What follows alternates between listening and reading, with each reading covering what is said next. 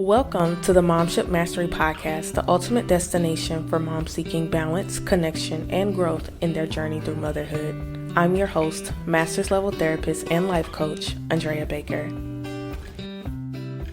Here at the Momship Mastery, we believe that motherhood is a purposeful journey filled with discoveries, challenges, and countless opportunities for growth.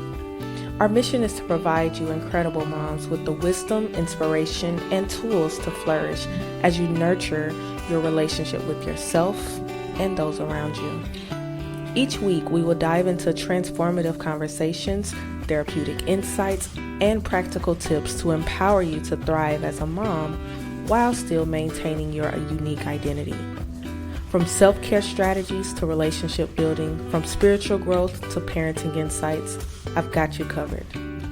So if you're ready to embark on this journey with us, hit that subscribe button and let's explore the world of motherhood, relationships, and growth together. Remember, you're not alone on this journey, and we're here to support you every step of the way. Hey guys, welcome to this week's episode of the Momship Mastery. I'm excited about this week's episode. We're going to be getting into how to embrace the imperfections of motherhood and how to really find the grace in the messy side of things. This was really important for me to start with to kind of really lay the foundation of how we as moms have this expectation versus reality type of situation.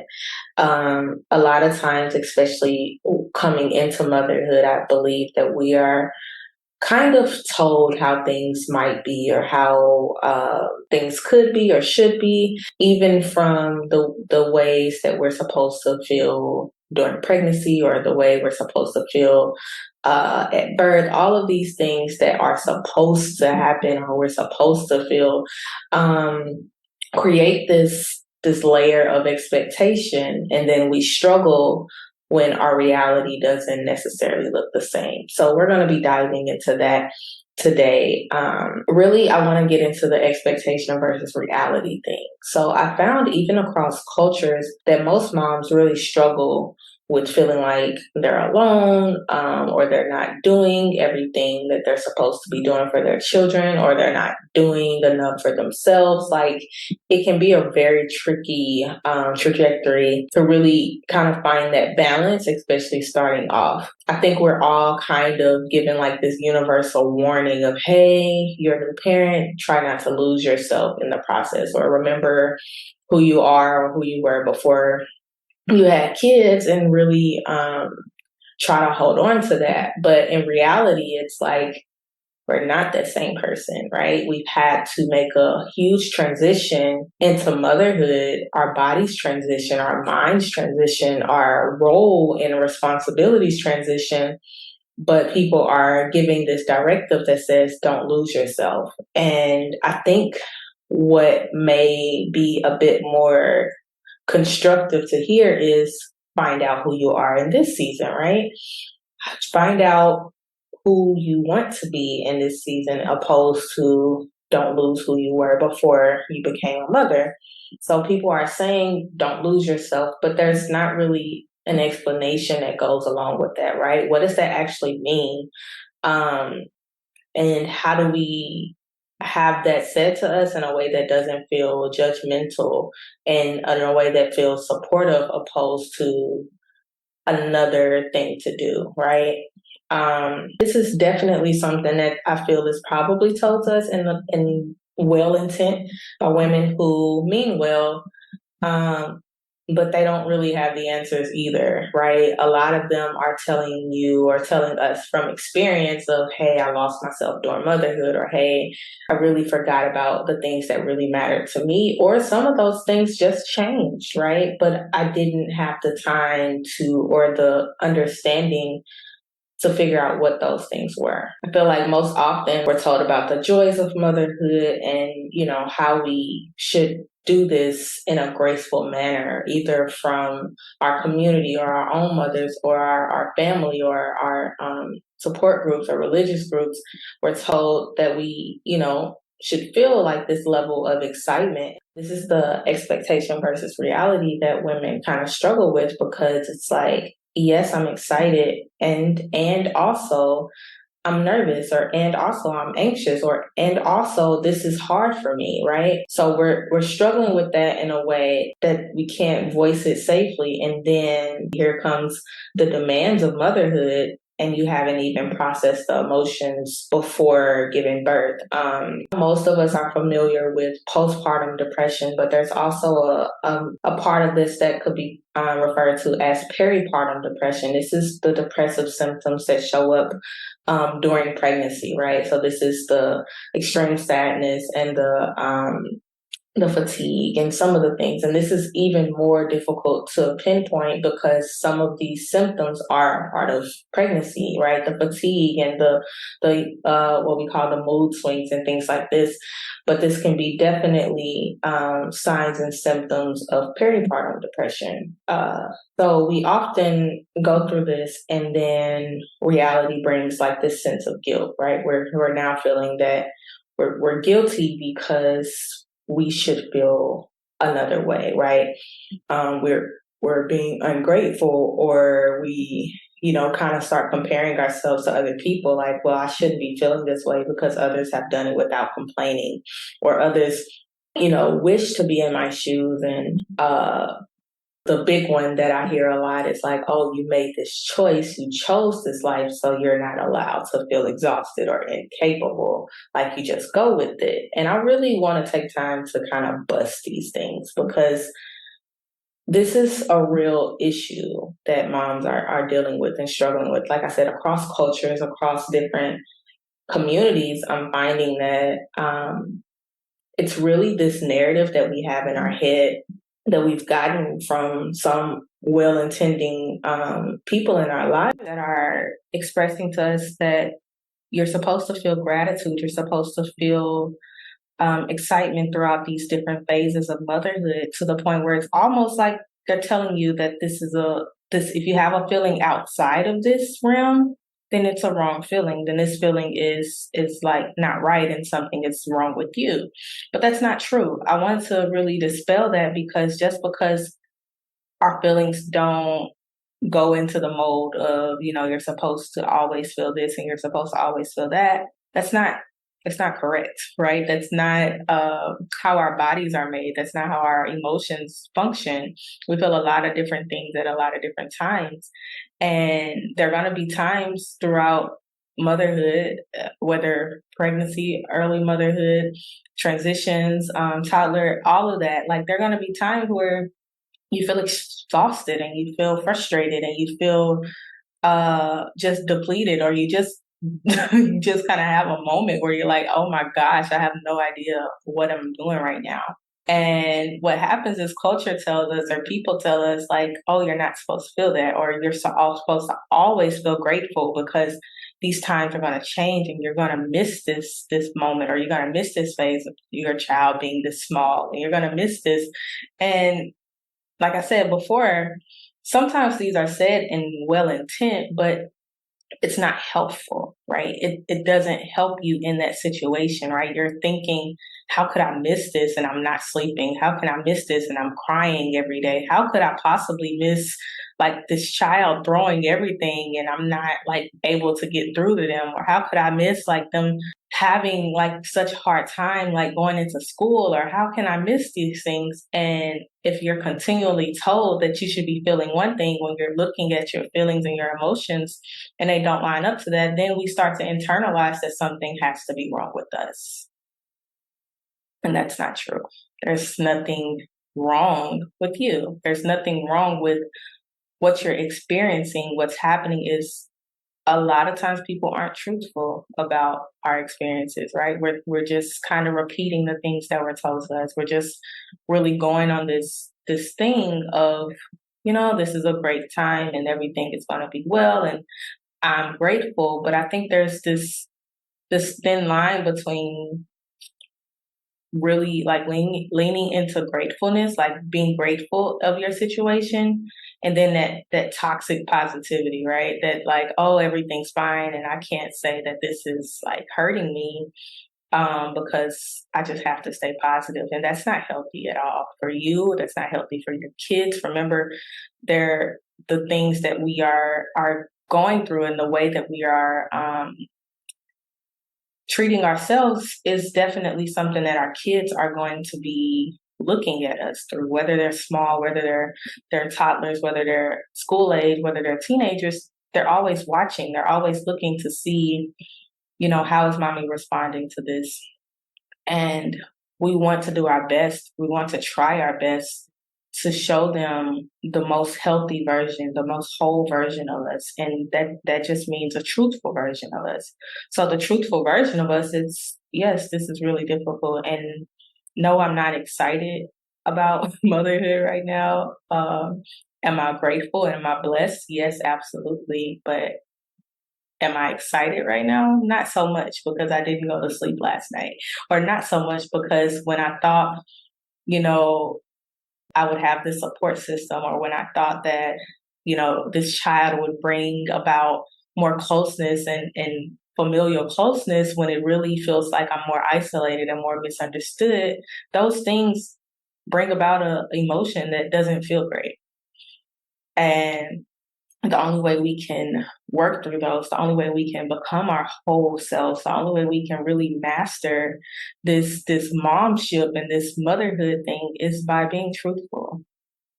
And being truthful just means we're going to use the grace that God gives us, because that's how we can gear ourselves up to say, this is hard, I'm struggling, I might need some help, but I'm going to give myself grace because I'm not meant to do this perfectly. But I'm going to give myself grace because I'm still learning, right? I don't know how to navigate this uncharted place. I've never had a teenager before. I don't know how to navigate this. I've never had a toddler before. I don't know how to this is real conversations. These are real conversations we have to have with ourselves sometimes first, before we can have them with our partners, before we can have them with our friends and our community, because we have to really settle this within ourselves that we're supposed to already, one, know how to do this and be able to do this perfectly, because we're not going to get it perfect, and that's okay. That's totally okay. That's the meaning of life and motherhood. Like, nobody knows how to do this perfectly. There's no such thing.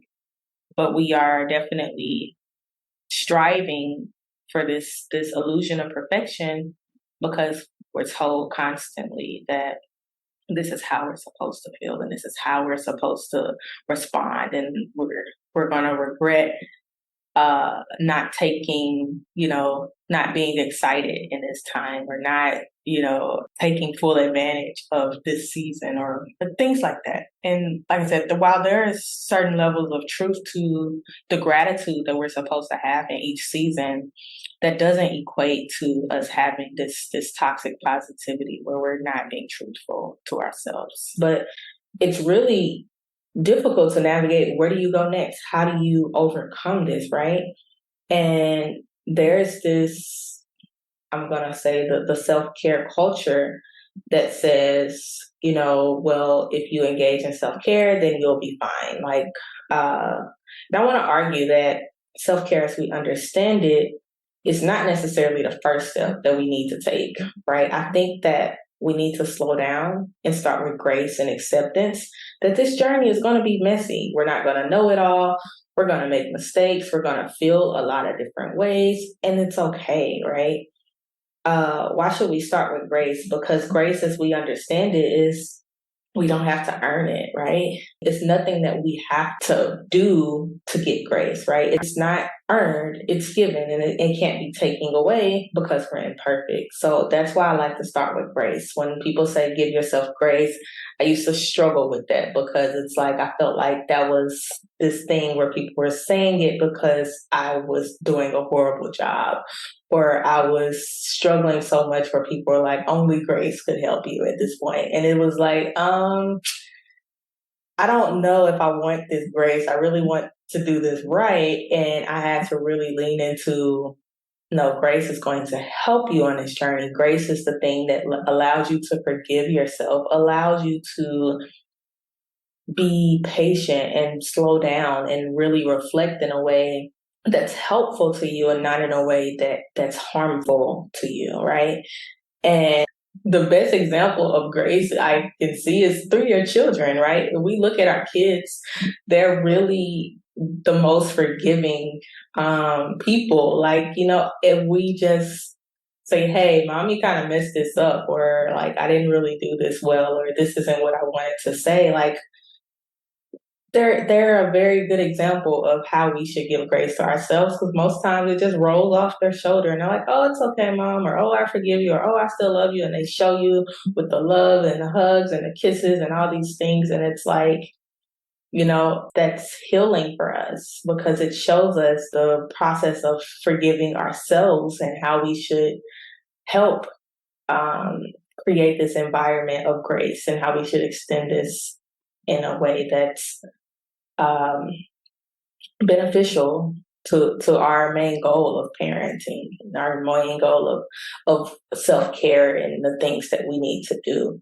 So yes, we should start with grace and really slowing down and reflecting on how we're not expected to be perfect, and we don't have to earn a break. We don't have to earn time to sit and reflect. You don't have to earn, this moment to just be. So, so I struggled a lot when people would say, give yourself a little grace. I really felt like they were saying that because they saw my struggle and how much I was not getting it right, that they needed to extend grace to me, or that they would needed to suggest that I extend grace to myself. And I struggle because I'm like, how can I not live up to this role of motherhood that was supposed to be in me, right? That was supposed to be innate. I was supposed to know how to do this gracefully, not be using grace as an excuse for error. And that's really where my mind would go. And honestly, it was recently where I was really kind of pondering, and I'm like, how would you have known how to do this, right? How do you know how to do this in a way that wasn't demonstrated? Or how would you know how to do this? You've never done it before, or you've never done it with this child before. You've never experienced this developmental age before. You have to really understand that we don't really have a roadmap. And even if we have examples, or even if we have people in our lives that extend wisdom to us, it's great for us to internalize the things that resonate with us. But it's also important to realize that it's not going to be the same thing, right? It's not going to be the same journey. So really extending grace is going to help you slow down. It's going to help you to reflect in a way that's more helpful than harmful. So I want to get back to self-care for a minute, because like I said, I know that we're in this culture of self-care, and it's great. And I'm very into promoting self-care. I believe it's a very strong tool to use to help you to feel more rejuvenated and more to yourself and things like this. But when we're talking about the messy sides of motherhood, and really, especially at the beginning stages or in transition stages, when we're talking about those parts of motherhood, I'm not for sure that self-care is going to be the one fixed answer. So I'm going to go into the definitions. So self-care is defined as the practice of taking an active role in protecting one's own well-being and happiness, in particular during periods of stress, or the practice of taking action to preserve or improve one's own health. Now, according to this definition, yes, self-care is the answer to regulating ourselves and getting ourselves back to a sense of well-being and happiness. But what society tells us that self-care is, which they say, well, self-care can be, go get a massage, go shopping, go take a hot bath, go do some hobbies. And we're told that these things should make us feel better, and we do these things and we don't feel much better because we're practicing self-care and it's not working. But according to this definition of taking an active role in protecting one's own well-being and happiness, especially during stress, I want to submit to you for your consideration the term soul care. Because a lot of times we're just doing some of the things that people are telling us will work, but it doesn't resonate with us necessarily, or it doesn't soothe the areas of us that need soothing in that moment. Is that the problem with these suggestions is that they require a certain level of connection with yourself. So with your soul to even fully understand what you need, right? So we don't really know what it is we need if we're so detached from who we are in that moment. Remember back to the expectations of don't lose yourself and don't, fully draft yourself into motherhood. We have that in the front of our minds. So we're not even sure of who we are in this season. And we're using these suggestions that others have said would work and help us feel better. But the real problem is we're not even fully connected to ourselves and we don't know what we need. So we're needing to also focus on discovering ourselves in our souls, like in our soul care. Also figuring out, who am I in this season? Who do I want to be as a mother and as a spouse or partner? Who do I want to be as a person, right? Who I was before mother doesn't necessarily equate who I want to be now, right? I'm a totally different person than I was before I had kids. And sometimes people would frown upon that, but I'm like, I think it helped me, right? I think it made me focus on broader pictures. I was very narrow-minded before kids, and now I have a totally different outlook on the world and how I want to contribute to it. So I wouldn't necessarily look at motherhood as a downfall, but see how it's contributing to your greater purpose, who you want to become, who your purpose to become, and really kind of start by jotting those things out or really taking time to meditate on those things in a way that feels safe to you. This doesn't happen overnight, right? Or it doesn't happen at this magic age. You're going to struggle with it. There are going to be times where it's frustrating. There are going to be times where you don't feel sure about who you're becoming, or you don't feel sure about what it is that you need. And that's okay, right? There's so much growth in this process. We tell our kids, it's okay to make mistakes. It's okay to not know an answer to things, but we don't give ourselves that same grace. We don't give ourselves that same understanding, that same time, and understanding that there are going to be moments where we need different things. Maybe yesterday you did need a massage, right? Maybe that was the thing that your body needed, like you were physically tired and needed that. Or there are going to be times where you just need to sit quietly and listen to nature. Or maybe there are going to be times where you need to talk to a therapist. There are going to be different things that you need at different times. But what we need to do most is get back in tune with who we are in this moment and understanding that that's going to look different than it did before you were a mother, before you were a new mom, before your kid turned 5, before they turned 10. It's always going to evolve because we're evolving. Their kids are evolving. The people around us are evolving. So why do we expect things to look the same way, right? Why do we expect the same things that worked for our parents to work for us without change or without modifications, right? We can take the wisdom of people. We can take the wisdom of people because that's what we need, right? There's a passage in Titus that says that the older women are supposed to show the younger women how to be peaceful, how to be calm, how to be loving, how to be these things. But sometimes we live in environments where that's not always available to us. And this is not a moment of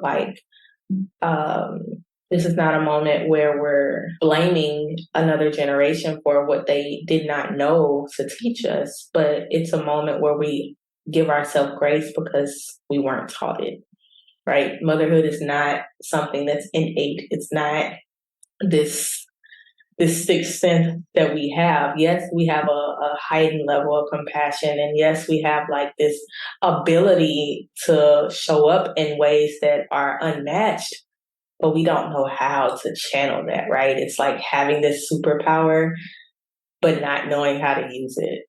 We don't know how, right? Have you seen those movies where it's like, okay, this person just kind of got this power, but they struggle to use it and they're just blowing stuff up, or they're just like missing all these times. Like, it takes time to develop it. It takes time to learn how you want to do it. And it's never too late.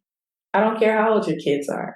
It's never too late to learn who you want to be now, how you want to mother your children, how you want to show up for yourself, how you want to talk to your spouse, how you want to talk to your partner, how you want to show up as a person. It's never too late, but it's a journey. And we're going to learn a lot about ourselves. This thing of self-discovery, it takes grace, because we're going to learn things that are hard. We're going to discover things that hurt, right? We're going to discover things that make us laugh. We're going to discover things that make us angry. But through the use of grace and through applying grace to ourselves, we learn to understand, and we learn how to move forward and how to become the person we want to be for ourselves, for our families, and for our purpose.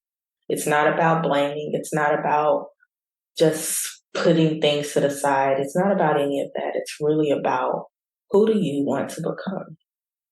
Who are you looking to be? What is the best version of yourself that you can be today?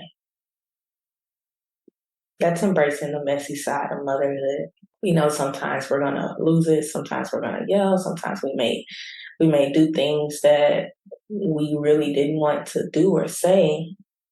But when we use grace and when we give ourselves grace, it also puts us in a position to go back and apologize to our kids. Like, hey, I missed the mark on this. I'm sorry, right? And it also puts us in a better position to give them grace in their development and give people around us grace in their development. When we start to understand that we're a ball of imperfection, we also understand that they're balls of imperfection, right? And our expectations of ourselves, they start to get more lax and more gracious. I don't want to say lax, but our expectations of ourselves become more gracious. They become more filled with grace. And that way, our expectations of others can align with that also, where we're not expecting more than people can give us, but we're also protecting ourselves in ways that edify who we want to become. So that's all for today, guys. I hope that this was helpful to you, and I'll talk to you guys next week. That's all for today, and I hope that you're feeling inspired to navigate your ships with grace and authenticity. But remember, you don't have to do this alone. Our growing community is here and ready to support you. You can find the link to that one in the show notes. If you enjoyed this episode, I want you to subscribe, leave a review, and share it with a mom who may just need a little support and encouragement. Don't forget to connect with us on social media. We are on Instagram and Facebook at Momship Mastery, and those links are also in the show notes. Before we go, here's my little reminder. You are an incredible mom, and you have the power to nurture your inner well-being and create meaningful connections and relationships. Embrace the journey, cherish the moments, and continue to thrive in your momship journey. Until next time.